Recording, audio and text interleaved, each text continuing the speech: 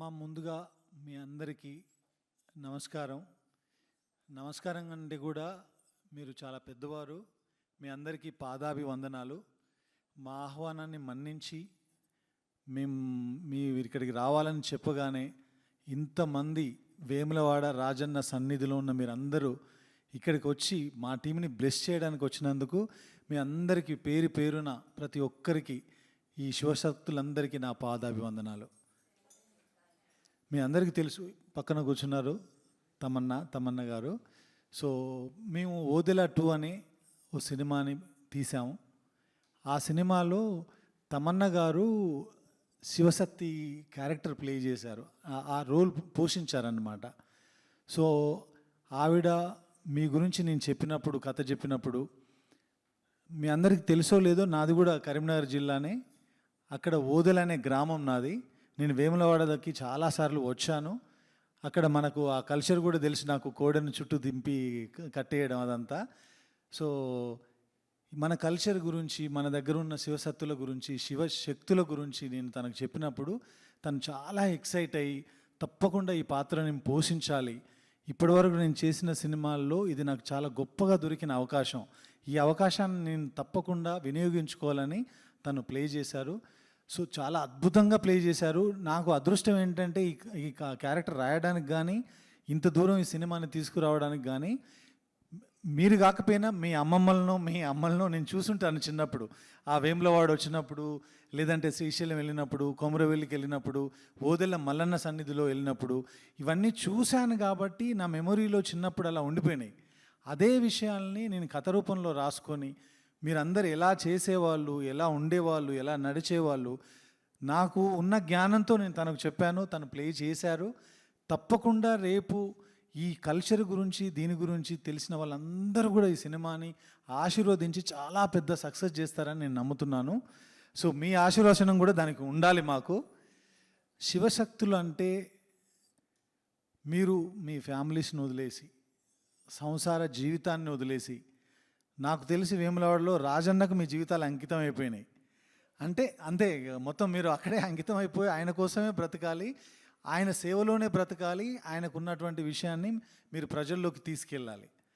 So అలాంటి శివశక్తులుగా ఉన్నప్పుడు రెగ్యులర్గా రోజు ఎవ్రీడే మీ జీవితాల్లో మీరు చూసే కష్టసుఖాలని కావచ్చు, మీ దగ్గరకు వచ్చి చెప్పుకునేవి వాళ్ళ బాధలు చూసినప్పుడు కావచ్చు, మీ అందరికి ఏమనిపిస్తుంటుంది, వాళ్ళని ఎలా బ్లెస్ చేస్తారు, ఎలా ఆశీర్వదిస్తారు, మీకు తెలిసినంతలో చెప్తే ఇది మీ ద్వారా ఈ కార్యక్రమం చూస్తున్న మొత్తం యావత్ భారతదేశంలో ఉన్న తెలుగు వాళ్ళకి చాలామందికి సబ్ టైటిల్స్ వేసి మరి మేము చెప్పదలుచుకున్నాం. ఇది మాకు ఎందుకంటే అక్కడ మేము రాజన్న దగ్గర ఉంటాం కాబట్టి మాకు ఒక 10 సంవత్సరాల బట్టి మాకు ఎందుకో దేవుడు అంటే బాగా ఇష్టం అయిపోయింది. దేవుడు కూడా జనాలందరినీ మైక్ దగ్గర పెట్టు. దేవుడు కూడా జనాలందరినీ ఇలా ఉండే నా బిడ్డలందరూ నా దగ్గరనే ఉండాలి, మంచి ఎల్లకాలం మంచిగా సేవ చేస్తూ మంచిగా బతికి పిల్లల్ని ఇలా మంచిగా చదువుకోవాలని చెప్పి దేవుడు మాకు ఇట్లా చెప్తారా? మేము ఇప్పుడు శివశక్తులమని అని తెలిసింది. మీరు మా పాత్రలో పోషించినప్పుడు, మాలో స్క్రీన్ మీద కనిపించినప్పుడు మీ ఫీలింగ్స్ ఎలా ఉన్నాయి? నాకు ఏమనిపిస్తుందంటే, సినిమాలో మేము అమ్మాయిల్ని డాక్టర్ కానీ, పోలీస్ ఆఫీసర్ కానీ, వేరే పాత్రల్లో మేము చూసాము. కానీ ఒక శివశక్తి అనేది ఎవరు స్క్రీన్ మీద అది చూపించలేదు. సో అదే ఒక పెద్ద బాధ్యత. మిమ్మల్ని మేము తప్పగా చెప్పకూడదు, కరెక్ట్గా మిమ్మల్ని చూపించాలి అని కోరుకున్నాము. భక్తి అనేది ఒక అందరూ ఎక్స్పీరియన్స్ చేసిన ఎమోషన్ కదా. మనం నార్మల్ సిటీ లైఫ్ కూడా జీవించే వాళ్ళం కూడా భక్తిని అనుభవిస్తాం.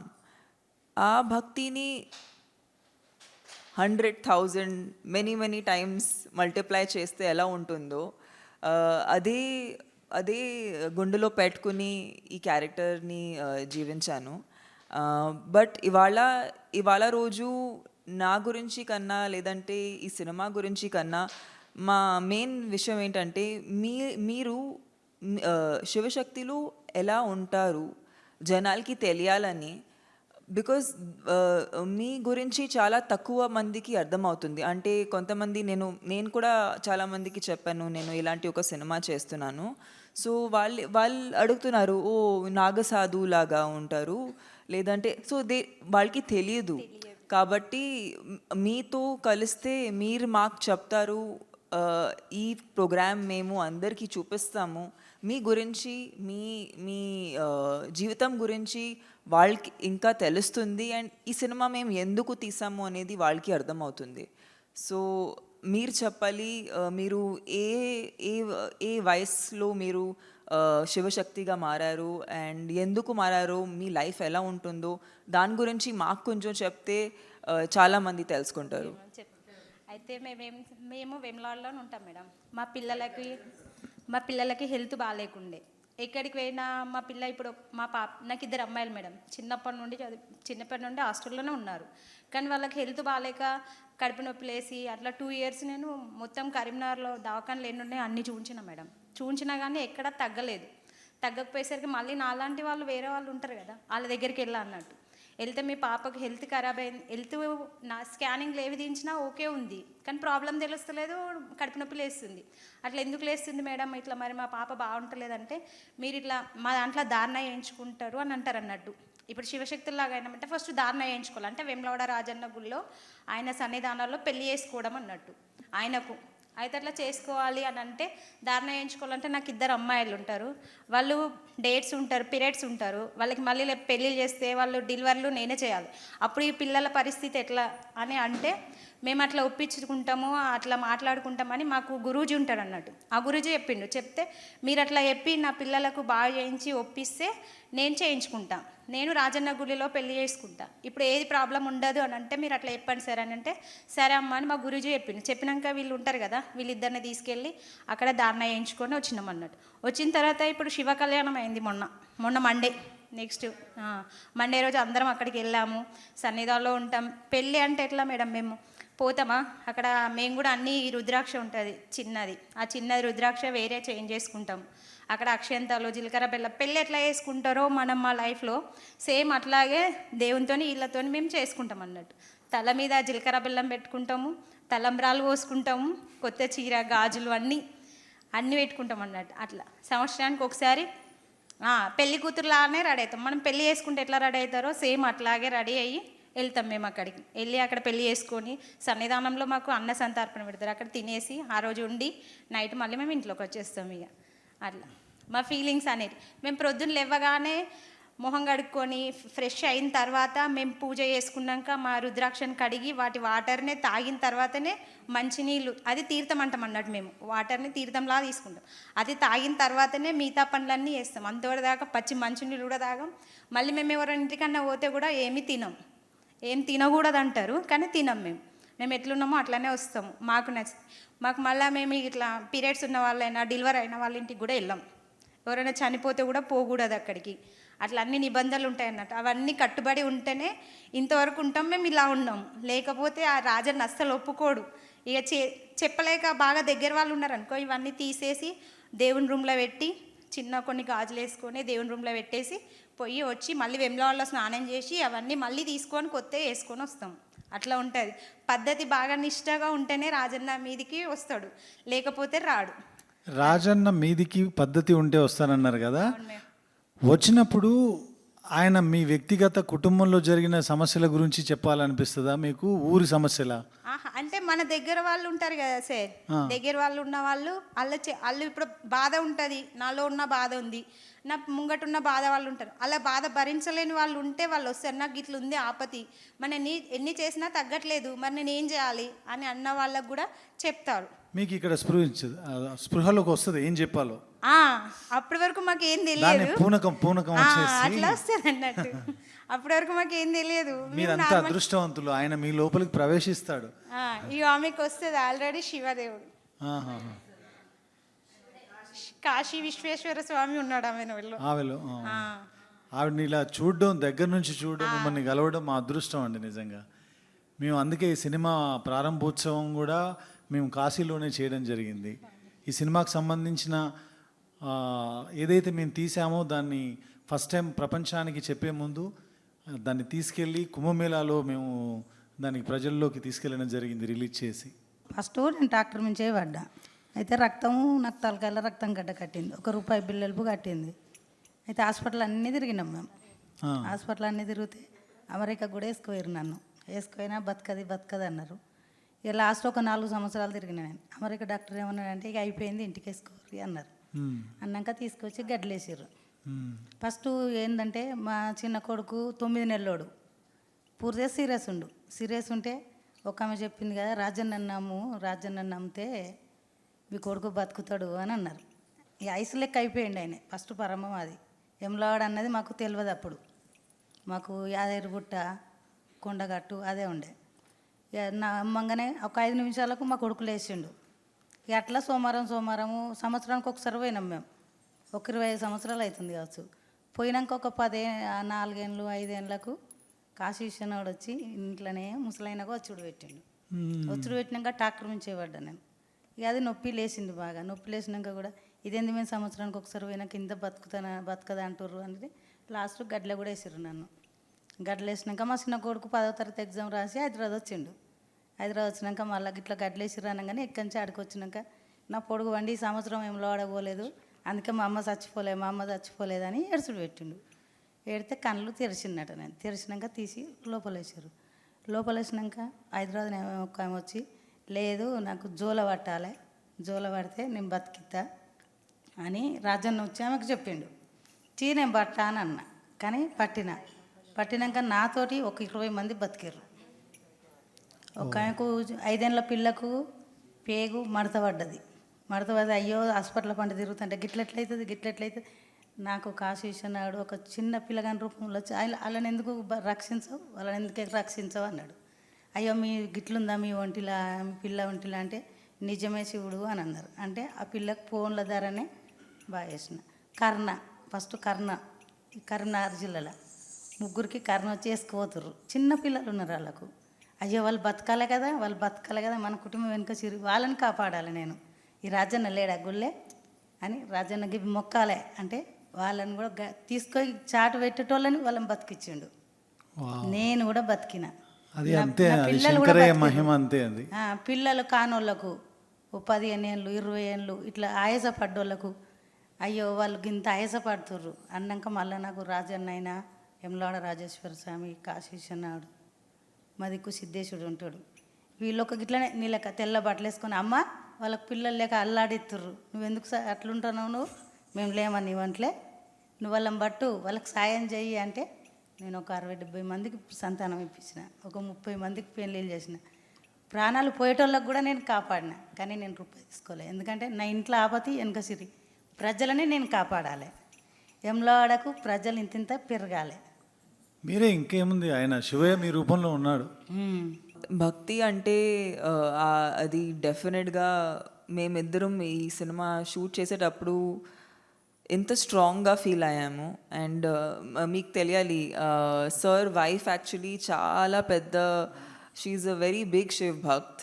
అండ్ ఆమె నన్ను చాలా ఇన్స్పైర్ చేసింది యాక్చువల్లీ. మంచిగా చేసినావు కదా నువ్వు. యా వెరీ ఆమె నాకు ఒక శివలింగం కూడా ఇచ్చింది. నేను నా ఇంట్లో అది నా టెంపుల్ ఉంటుంది అక్కడ నేను దానికి స్థాపన చేశాను.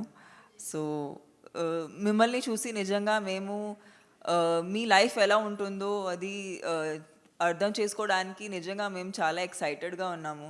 మేడం ఇది ముందటికి నువ్వు నడిపితే నువ్వు మంచిగా పైకొస్తావు. మాకు కూడా శివ పార్వతులు అన్నది మాకు కూడా విలువ పెరుగుతుంది, నీకు కూడా నువ్వు గొప్పతనం వస్తుంది. Through you Vemulawada Rajanna Shiva people Vemulawada అంటే ఏంది, రాజరాజేశ్వరుడు అంటే ఏంది, పార్వతి ఏంది అన్నది నీ ధరన ముందుకు నడవాలి. శివుడి నేమ్ మీ ద్వారా పీపుల్లోకి వెళ్ళాలనేది తన విషయం అంట, నా కోరిక.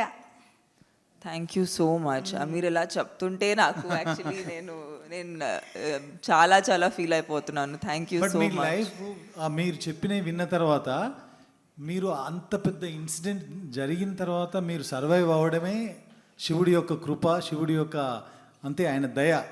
మళ్ళీ మీ ద్వారా మినిమం 100 ప్రాణాలు కాపాడారు. దానికి మించిన శివశక్తి ఇంకేమిటి? శివుడి యొక్క 100 ప్రాణాలు కాపాడిన నేను ఒక 150 మందికి సంతానాలు కూడా ఇప్పించిన నేను. Oh my god. అంటే నాకున్న చిన్న బ్రెయిన్కి నాకున్న జ్ఞానానికి నాకు అర్థమైంది ఏంటంటే, ఊర్లో ఏవైనా నెగిటివిటీ అంటే చెడు ఏదైనా జరుగుతున్నా లేదంటే ఏదైనా క్షుద్ర శక్తులు ఉన్నా దాన్ని పారద్రోలడానికి కూడా మీకు దేవుడు మనిషి లోపలికి పూనకం రూపంలో వచ్చి మీకు చెప్తాడు. సో మీరు ఊరును కాపాడడానికి యాక్చువల్గా చెప్పాలంటే మీరు అందరు అమ్మవార్లు, మీరు అందరు దేవుడు, భవానీ మాతలు మీరందరూ. అంటే మీ ద్వారా చాలా మందికి తెలుస్తుంది శివశక్తులు యాక్చువల్లీ ఎలా ఉంటారు. అండ్ ఎవరు మాకు చెప్పొచ్చా, లైక్ మీరు ఒక రోజులో మీ రోజు ఎలా గడుపుతుంది, మీరు ఇప్పుడు మీరు మామూలు వ్యక్తిని చూస్తున్నారు, వాళ్ళని చూసి మీ లైఫ్ చాలా డిఫరెంట్గా ఉంటుంది. మీకు మంచి రోజులు చెడు రోజులు అలా జరుగుతాయా, లేదంటే మీరు ఎలా ఫీల్ అవుతారు, మీరు ఆల్వేస్ హ్యాపీగా ఫీల్ అవుతారు, మీకు కూడా సాడ్నెస్ అనేది ఒక బ్యాడ్ రోజు అనేది మీకు కూడా జరుగుతుందా? మాకు కూడా జరుగుతాయి. జరుగుతాయి. మేము కూడా మస్తు కష్టపడాల్సిన పరిస్థితి. మేము కూడా శివుడు ఎన్ని పరీక్షలు పెడతాడో అన్ని నెగ్గాలి మేము కూడా. ఇప్పుడు నాయి చెప్తే మేడం మస్తు నరకం అన్ని చూపించినాయి, అన్ని నెగ్గుకొచ్చిన నేను పరీక్ష పెట్టిన ఇప్పుడు శివునిలో లోకమైన పరీక్షలు పెడతాడు. ఇప్పుడు నాకు 9 సంవత్సరాల సంది పెట్టిండు పరీక్షలు. నేను పిల్లల్ని కూడా ఇచ్చిపెట్టి నేను గుట్టల పంట తిరిగి వచ్చిన 7 సంవత్సరాలు తిరిగి వచ్చిన నేను. అబ్బా అమ్మ, ఇప్పుడు మీరేమో శివశక్తులు, మీరే మా కష్టాలు తీర్చేవాళ్ళు. మరి ఇందాక మీరు అంటున్నారు మీకు కూడా కష్టం వస్తుందని. ఆ కష్టం ఇంకోరి కష్టం తీర్చడం కోసం వచ్చే కష్టమా, లేదంటే మీ జీవితంలో మీ కుటుంబంలో వచ్చే కష్టం? నా కుటుంబంలో నాకే వచ్చింది కష్టం. మీకే వచ్చింది. అయినా దాన్ని తట్టుకొని దానిలోంచి నెట్టుకొని బయటికి వచ్చి మళ్ళీ రాజన్న సేవ చేసుకుంటున్నారు. చేస్తున్నా, ఇంకా ప్రజలకు చేస్తున్నా, నా ఇంట్లో చేస్తున్నా. ఎట్లా అని సార్ చెప్తున్నా. నా కొడుకు, నేను 8 సంవత్సరాలు నా కొడుకు స్కూల్కి వెళ్తుండు, నెత్తురు వస్తున్నా అంటే మేము నమ్మలే. మా అబ్బాయి అయితే పిల్లలు చెప్పినా, నేను ఎవరు చెప్పినా నమ్మలే. అప్పుడు పనిపోతున్నా నేను, నమ్మక అంత ఒకసారి ఇంటికాడనే ఉండి చూసిన నేను. ఆ పిల్లాడు అక్కే నిజమా, అయ్యో పిల్లలు ఆటపాటలతో ఇట్లా అబద్ధం ఆడతారు అని నేను నమ్మలేను. చూసినాక నిజమే అన్నారు. నేను నలుగురు దగ్గరికి 3 దగ్గరికి పోయినా. నువ్వు రాజన్న వేసుకో, మీ ఎక్కడ కానింగ్ తీసినా ఏది రాలేదు, రాజన్న అన్నాడు. అయినా చేయించుకున్నాక కూడా కష్టాలే పెట్టిండు నన్ను చాలా వరకు. అయినా ఇప్పటికైనా మస్తు కష్టం పడుతున్నా నేను. కానీ ఎక్కడ ఏ దారి లేకుండా మళ్ళీ తండ్రిని కొలుతూనే ఉన్నా. కానీ ఎక్కడైనా కొంచెమైనా ఇయ్యగలుగుతాడు కావచ్చు అని ఆశ కొద్ది నేను అంత బమల ఇంకా అసలు రాజన్నను కొలుతూనే ఉన్నా. చూసారా మరి, అన్ని కష్టం వచ్చినా మీరు రాజన్న వదలట్లా. నాకు నా తినే పరిస్థితిలో నేను లేకున్నా కానీ నా పిల్లలకు ఇచ్చిండు కదా రాజన్న జోలై, అడకచ్చైనా పెట్టుకుంటా అన్న ఉద్దేశం కొద్దీ నేను నా పిల్లలను నా భర్తనైనా కాపాడుకుంటా వస్తున్నా. అమ్మ, మీరు మీ సాధనలో ఏం చేస్తారో కొంచెం మాకు చెప్తారా? నాకు సమస్య ఏమొచ్చిందంటే, మా భర్త ఉన్నప్పుడు, మా భర్త లేడు, చనిపోయిండు. 12 సంవత్సరాలు అవుతుంది. భర్త చనిపోయినాక నాకు ముందే రాజన్న అందరి ద్వారా ఇట్లా చెప్పిర్రు, నేను చేయించుకోలేదు. ఇక మంత్రాలు యంత్రాలు మాకు పడలేవు, మా కుటుంబానికి చేసిర్రు బాగా పడకుండా. ఆయన ఆ రకంగానే చనిపోయిండు. ఇక పిల్లలు కూడా మంచిగా లేరు, ఇల్లు విడిచిపెట్టి 4 సంవత్సరాలు బయట ఉన్నా. మళ్ళీ ఇక చేయించుకుంటే నలుగురు ఏమనుకుంటారు అట్లా అని చేయించుకోలే. మా చిన్న అబ్బాయి చనిపోయే పరిస్థితులు ఉన్నాడు. ఇక దవాఖానలో కార్తీక్ హాస్పిటల్ తీసుకోవద్దు, గంటకు 5,000 ఒడిచినాయి. ఇక నాకు కూడా ఆరోగ్యం బాగాలేదు, షుగరు, థైరాయిడ్, బీపీ ఇవన్నీ అనారోగ్యంగా బాగాలేను. భర్త చనిపోయినాక ఉంటాయి కదా పరిస్థితులు బాగుండయి. చేనేత కార్మికులమని ఆర్థిక పరిస్థితిగా బాగాలేము అప్పుడు. ఇక అప్పుడు అబ్బాయి కూడా మంచిగా చదువుకున్నాడు, మా పెద్ద అబ్బాయి 10th చదువుకుంటుండు. ఆయనకి మంచి మార్కులు వచ్చినాయి, ప్రీ సీట్ వచ్చింది. ప్రీ సీట్ రాని వాళ్ళకి 2,25,000 కట్టాలి. ఇక సరే ఆ అబ్బాయిని చదివిమని అన్నారు పార్టీ ద్వారా. మళ్ళీ ఇక చిన్న అబ్బాయి బాగాలేడు, చనిపోయే పరిస్థితిలో వచ్చిండు. అయితే శివయ్యనే నాకు ఇట్లా శివయ్య మనుషులు ఇట్లా అట్లా చేయించుకున్నవారు కళలో కనబడి చెప్పిండ్రు, నీకు ఉన్నా అని చెప్పేసి ఇట్లా అన్నారు. ఇక ఆయనకు గంటలలోనే పానం పోతుంది అన్నారు. ఏది మా చిన్న అబ్బాయికి డెంగ్యూ జ్వరం వచ్చింది. కరీంనగర్ చెల్మన్ ఆనందరావు దవాఖానలో వేస్తే ఇక అప్పుడు ఎవరేమన్నా అనుకొని నేను చేసుకుంటా అని మొక్కిన. నాకు కళలో మస్తు కనబడ్డాడు దేవుడు. ఆ దేవుణ్ణి వేసుకున్న సుంది నాకు కష్టాలు ఏం లేవు. తమన్నా ఈ మూవీలో ఈ సినిమాలో మీ పాత్ర పోషించారు. జనరల్గా మీరు సినిమాలు ఇవన్నీ చూడరు కదా, అవును. మా కోసం ఈ సినిమా చూస్తారా? చూస్తాం తప్పకుండా. అంటే మిమ్మల్ని ఇన్స్పైర్ చేసుకొని మేము రాసుకున్నాం, తీసుకున్నాం. తప్పకుండా కలవాలి, చూడాలి అనే వచ్చాము. ప్రేమ, మీ మీద ప్రేమ కొద్దే వచ్చాం. మమ్మల్ని ఎవ్వరు ఇంతవరకు గుర్తించలేరు. కానీ మేము సినిమాలో ఏదన్నా చిన్న చిన్న తప్పులు చేస్తే మాత్రం మమ్మల్ని క్షమించండి, ఓకే సార్, అది క్షమించి ఆశీర్వదించండి తప్ప. సార్ అన్ని తెలిసిన వాళ్ళే తిడుతుంటారు సార్. ఇప్పుడు మేము భిక్షకు పోతే కూడా మమ్మల్ని తిడతారు సార్, తిడతారు.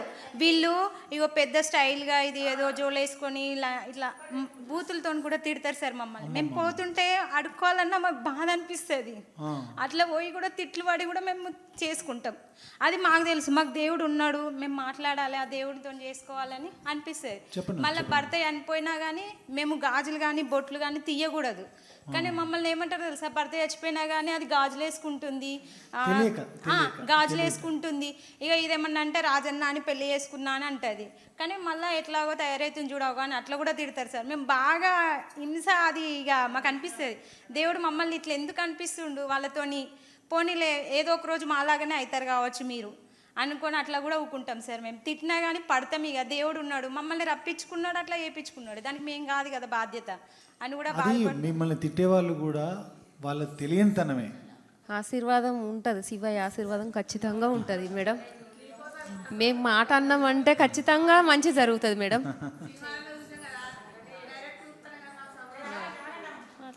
నమస్కారం మేడం. నమస్కారం. ఓం నమ శివాయ. ఓం నమ శివాయ. హర హర శంకర నమో శివాయ. హర హర మహాదేవ. ఓం నమో హర హర మహాదేవ్ శంభో శివాయ. ఏకవస్త్రధారణ అంటే ఒకే శారీ కానీ అదే ఏదైతే మీరు బట్టలు వేసుకుంటారో అదే జీవితకాలం వేసుకోవాలి, అదే జోలే పట్టుకోవాలి, అదే ఇది చేయాలి. మీ పక్కింటోళ్ళు ఎదురింటోళ్ళు ఎవరైనా సరే సినిమాకి వెళ్తుంటారు, వాళ్ళ ఫ్యామిలీస్తో ఏదైనా ఎంటర్టైన్మెంట్ ప్రోగ్రామ్స్కి వెళ్తుంటారు. అలా చూసినప్పుడు మేము దేవుణ్ణి నమ్ముకొని ఉన్నాము, లేదంటే మేము కూడా ఇలా సరదాగా తిరిగే వాళ్ళం అని అనిపిస్తుంటుందా? అస్సలు అనిపించదు కదా. అది అదే అదే ఆ శివయ్య మహిమ. మీ కళ్ళ ముందు అన్ని ఉన్నా కూడా మీకు అనిపించదు. మీరు ఇంట్లోంచి బయలుదేరితే మళ్ళీ ఇంటికి వచ్చేదాకా పచ్చి గంగ కూడా ముట్టరని అంటారు, నిజమేనది? వేరే వాళ్ళ ఇంట్లో తినరు. ఇప్పుడు పెండ్లీలకైనా భోజనం పనికొస్తుంది మాకు. మిగతా మళ్ళీ పుట్టెంటుకలు అవి పనికొస్తాయి మాకు. ఇక వేరే అంటే ఇప్పుడు సారీ ఫంక్షన్ అంటారు, అది పనికిరాదు మనకు. చనిపోయిన కాడిది పనికిరాదు. ఆడపిల్ల పుష్పవతి అయినప్పుడు చేసి డెలివరీ అయింది, డెలివరీ అయితే వెళ్ళకూడదు, వెళ్ళం. ఇక మనకు అక్క చెల్లె దగ్గర వాళ్ళు అయితే ఇవన్నీ తీసి బంధం అనేది భగవంతునికి అయితే తెలుసు కదా, మన ఆత్మ కొట్టుకుంటది కదా, అక్క తమ్ముడు ఆ చెల్లె అని. ఆ ప్రాణం ఆగదు కదా. కన్న తల్లి అయినా మన అత్తగారి కుటుంబం అయినా అది దగ్గర వాళ్ళు, ఆ దేవుడిచ్చిన బంధమే కదా. చాలా మనసుకి చాలా కష్టంగా ఉంటుంది, కష్టంగా. ఇంట్లో మనిషి దూరం అయిపోయాడు, చనిపోయారు అన్నప్పుడు వెళ్ళలేకపోతే. ఇప్పుడు మా అమ్మ నాన్న చనిపోయిండు, అప్పుడు ఏం చేయాలి, నేను తీయాలి కదా. నాన్న కాబట్టి దేవునికి అమ్మ నాన్న తర్వాతనే దైవం కదా. ఫస్ట్ మనం వచ్చిందే అమ్మ నాన్న దగ్గరికి వెళ్ళి, కాబట్టి అమ్మ నాన్న కంటే మించిన దైవం అయితే ఉండదు కదా. ఆ దేవునికి అన్ని మొక్కి అక్కడ పెట్టేసి పూజ గదిలో పెట్టేసి మనము అవన్నీ కార్యక్రమాలు అమ్మ వాళ్ళ ఇంటికాడ అవన్నీ అయిన తర్వాత మనం అక్కడ ఏం తినము, మన ఇంటికి మనం వచ్చేస్తాము, కానీ చూసుకుంటాం కదా, బాధ్యతలు అనేటివి చూసుకుంటాం కదా. తర్వాత మళ్ళీ గంగస్నానము ధర్మపురికి పోయి గంగస్నానం చేసి వచ్చి మళ్ళీ శివయ్య దగ్గరికి పోయి వచ్చిన తర్వాత అక్కడ శివయ్య చెట్టు కాడ దీపం ముట్టించిన తర్వాతనే మళ్ళీ మన ఇంట్లో పూజ చేసుకుంటాం, అప్పుడు వేసుకుంటాం. అంత నియమంగా ఉంటాం సార్. ఉంటారు. ఇక అట్లా సుస్థి ఉంటుంది మనకు, అక్కడికి పోయినందుకు మనకు సుస్థి ఉంటుంది. కానీ మళ్ళీ ఇప్పుడు మేమంటే మాకు ఆ నమ్మకం ఉంది, తమన్నా గారికి ఆ నమ్మకం ఉంది. ఇలాంటి ఒక సినిమా మేము చేసాము, రాసి తీసాము. ఇప్పుడు ప్రజల్లోకి 17వ తారీఖు ఏప్రిల్ 17వ తారీఖు రాబోతుంది. చాలామందికి ఏముందంటే ఈ శివశక్తులకి దేవుడు వస్తాడా, వాళ్ళకి కనిపిస్తాడా, శివయ్య వీళ్ళకి కనిపిస్తాడు. నాకు కూడా ఒక ఇంత నమ్మకంతో కూడా మళ్ళీ నేను ఒక మాట అడుగుతాను మిమ్మల్ని, మీకు శివుడు కనిపిస్తాడా? కనిపిస్తాడు సార్. కలలో కనిపిస్తాడా లేక ఎట్లా? కలలో కనిపిస్తాడు. కలలో కనిపించి ఆ ఊర్లో కానీ ఆ మనుషులకు కానీ వచ్చే కష్టం మీతో చెప్తాడు, అది మీరు ప్రజలకు చెప్తారు. చెప్తాం. అది దేవుని రూపంలో ఎట్లా కనబడతాడు, కనబడు. ఇప్పుడు మనిషి, ఇప్పుడు దేవుని మనసులము మేము మగవాళ్ళు కానీ ఆడవాళ్ళం కానీ రాజన్న మనుషులు ఉంటారు కదా, అట్లా పోషమ్మ ఎల్లమ్మ ఇట్లా ఏడ్చుకున్న వాళ్ళు ఉంటారు కదా, వాళ్ళ ద్వారా చెప్పిపిస్తాడు మనకు కళలో. ఒక్కసారి నమ్మలేదనుకో, మర్చిపోయినట్టయితే మళ్ళీ మళ్ళీ మనకు ఏదైనా కష్టం వచ్చినప్పుడు కానీ కళలో నీడలో కనబడి చెప్తూ ఉంటారు. అప్పుడు మనం నమ్మకము ఉండి మనం చేసుకున్నాం అనుకో, మన మనసులో మనం నమ్మకం ఉండి ఏదైనా చేసుకున్నాం అనుకో, మనకు నిజం అనిపిస్తుంది. అప్పుడు దేవుడు అని నమ్మచ్చు కదా. కరెక్ట్. ఇప్పుడు చూసారా, మన ఆత్మసాక్షిగా మనం నమ్ముకొని ఎవరికి చెప్పకు. మీరు ఒకటి అనుకున్నారు, అది నిజమైతే నాకు దేవుడు, లేకపోతే లేదని మనం అదిలో అనుకుంటాం కదా.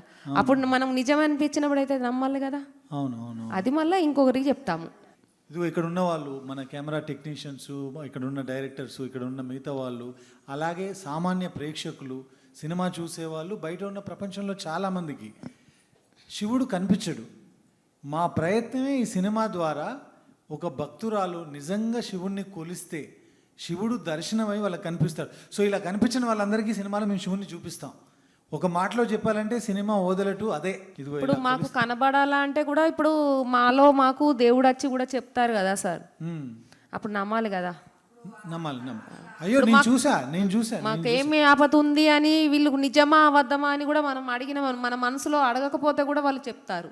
అప్పుడు నిజమే కదా, మన మనసు లోపల ఉన్నాయి. చిన్నతనంలో అమ్మ మాకు, నేను 5వ క్లాస్ 5th స్టాండర్డ్లో ఉన్నప్పుడు మా గ్రాండ్ మదర్ నానమ్మ, ఆవిడ హెయిర్ అంత ఇలా వేసుకొని బొట్టిలా అనుకొని తను అలా చెప్తా ఉంటే నేను తెలియని తనంతో నేను తన మీద జోకులు వేసేవాడిని.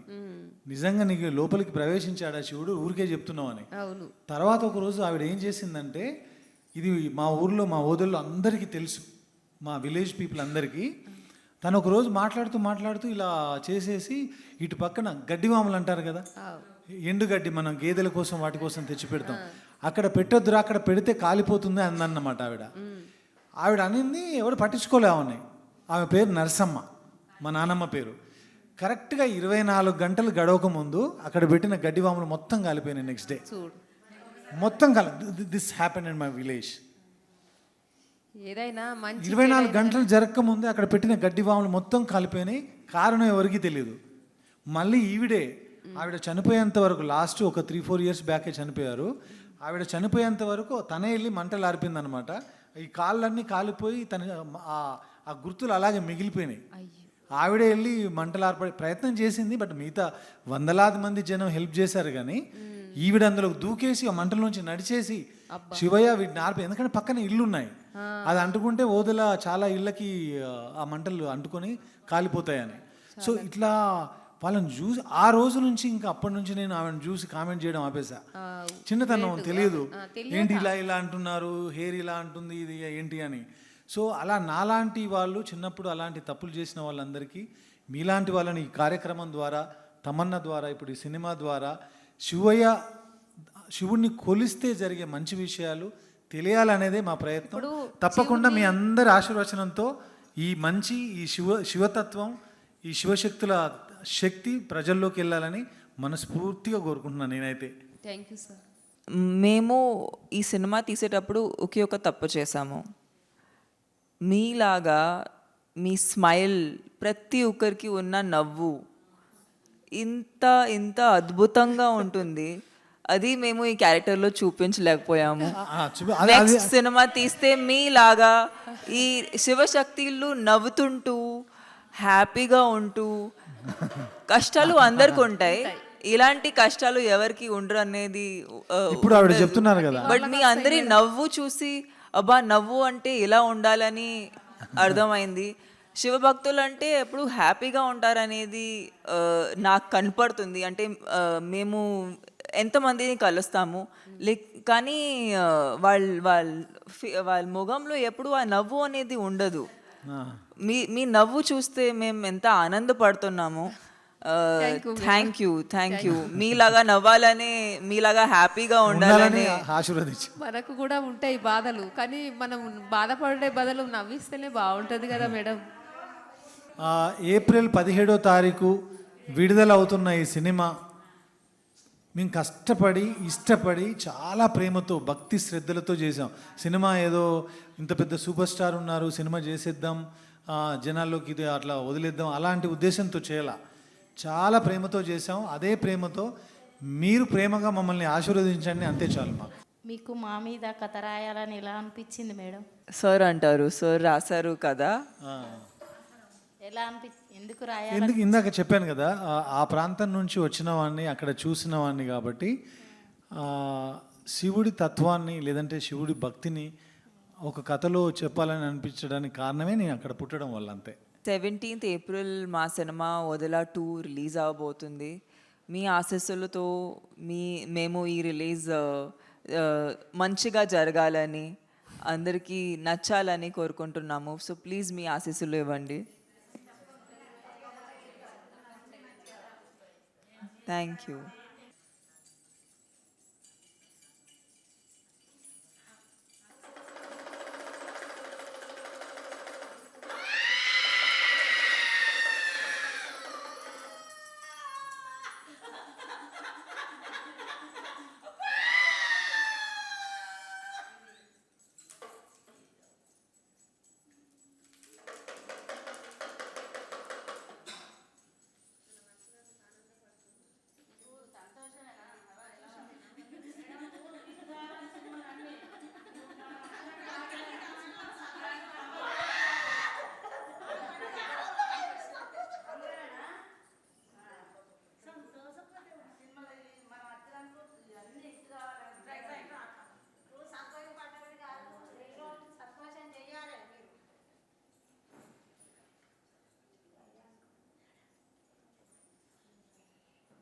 సంతోషం కొద్దిగా ఉన్నావా?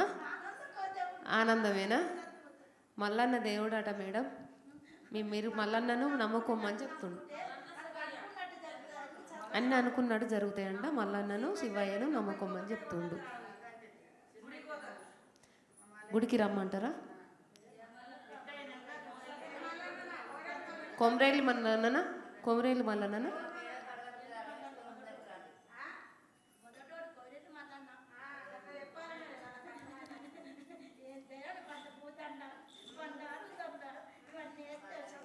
బండారి బంతిపూల దండ మల్లన్న దేవునికి వేసిరమ్మంట.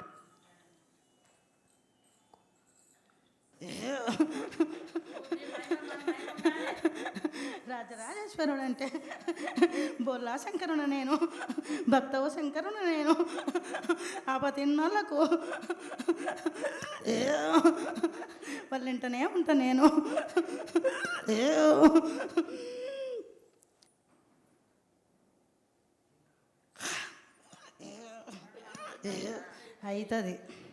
అవుతుందా? రాజరాజేశ్వరుడు అంటే ఏంలో వాడంటే ఏందో నీ ధారణనే తెలిసిపోతుంది. రాజరాజేశ్వరుడు అంటే ఏందో రాజన్న ఏంటో అన్నది.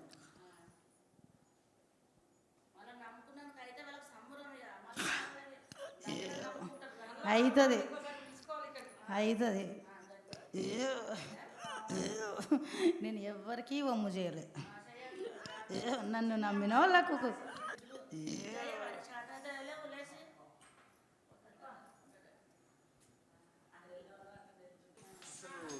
ఒక 20-30 ఏళ్ళ తర్వాత మళ్ళీ ఇలా చూడడం జరిగింది వీళ్ళని. అమ్మా